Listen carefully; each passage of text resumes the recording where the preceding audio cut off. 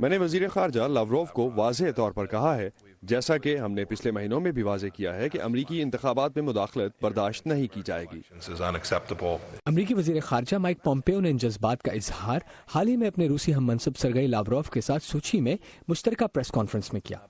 سن 2016 کے امریکی صدارتی انتخابات میں روسی مداخلت اور ڈونلڈ ٹرمپ کی انتخابی مہم کے ساتھ روس کے مبینہ گٹھ جوڑ کی تحقیقات نے اب بھی ٹرمپ صدارت کو اپنے حصار میں لے رکھا ہے۔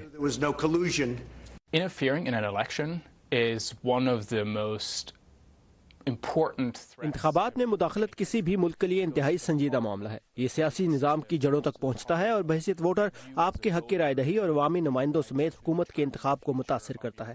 تو اس اعتبار سے یقیناً یہ ایسا معاملہ ہے جسے اعلیٰ ترین حکومتی عہدیداروں کی توجہ حاصل ہونی چاہیے۔ And the very top of the government as a priority.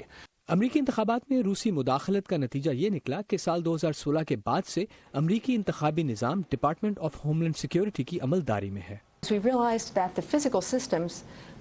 ہمیں احساس ہوا کہ اس نظام میں شامل سسٹمز کو 21 ریاستوں میں نشانہ بنانے کی کوشش کی گئی اور کم سے کم ایک ریاست میں ووٹر رجسٹریشن نظام میں در اندازی بھی ہوئی۔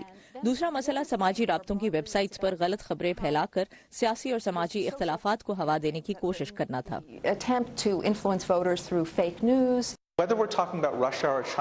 بات چاہے روس، چین یا کسی اور حکومت کی ہو، پہلی سوچ ایسے بیرونی اداروں کے سامنے یہ ہوتی ہے کہ امریکی انتخابات کو متاثر کرنے سے ان کے کون سے اہداف حاصل ہوں گے۔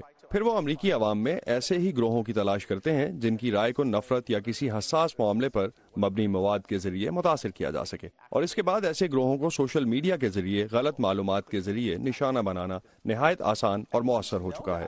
لیکن آج کے تناظر میں بنیادی سوال یہ ہے کہ 2020 کے صدارتی انتخابات کے لیے امریکہ اپنے انتخابی نظام کو بیرونی مداخلت سے کس قدر محفوظ کر پایا ہے۔ ہمارے آئی ٹی سسٹمز آج ان خطرات کے خلاف بہتر آگہی رکھتے ہیں اور ہم اس جانب کام جاری رکھے ہوئے ہیں۔ سوشل میڈیا پر معلومات کا معاملہ ابھی بھی حل طلب ہے اور میں نہیں سمجھتی کہ 2020 کے الیکشن سے پہلے یہ معاملہ حل ہو پائے گا۔ فیس بک اور ٹویٹر نے جعلی اکاؤنٹس بند کرنے کی کوششیں تو کی ہیں، لیکن یہ تقریباً ناممکن ہے۔ Is the US more resilient? 2020 میں پتہ چلے گا کہ آیا امریکہ پہلے کے مقابلے میں بیرونی مداخلت کے سامنے زیادہ مؤثر ہے یا نہیں۔ دوسرا یہ کہ آیا روس یا کوئی اور ملک 2016 کی طرح مداخلت کی کوشش کرتا ہے یا پھر انہوں نے اپنا مقصد حاصل کر لیا ہے اور اب وہ ایک قدم پیچھے رہیں گے۔ ماہرین کی رائے میں اگلے امریکی انتخابات کو بیرونی مداخلت سے بچانے کے لیے مشترکہ کوششوں کے ساتھ ووٹرز کی آگہی بڑھانے کا کام بھی بہت ضروری ہے، تاکہ وہ اپنے حق کے رائے دہی پر فیک نیوز یا غلط اطلاعات کو اثر انداز نہ ہونے دیں۔ Aman Azhar, voice of America, Washington.